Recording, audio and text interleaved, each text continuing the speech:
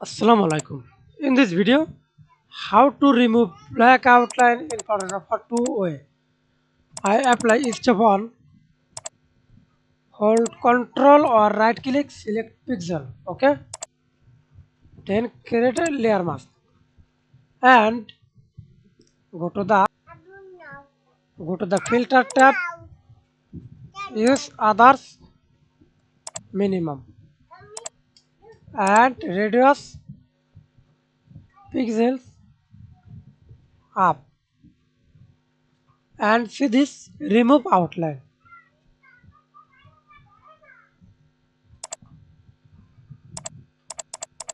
And step 2,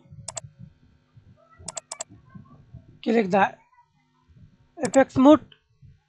See this already tick mark this.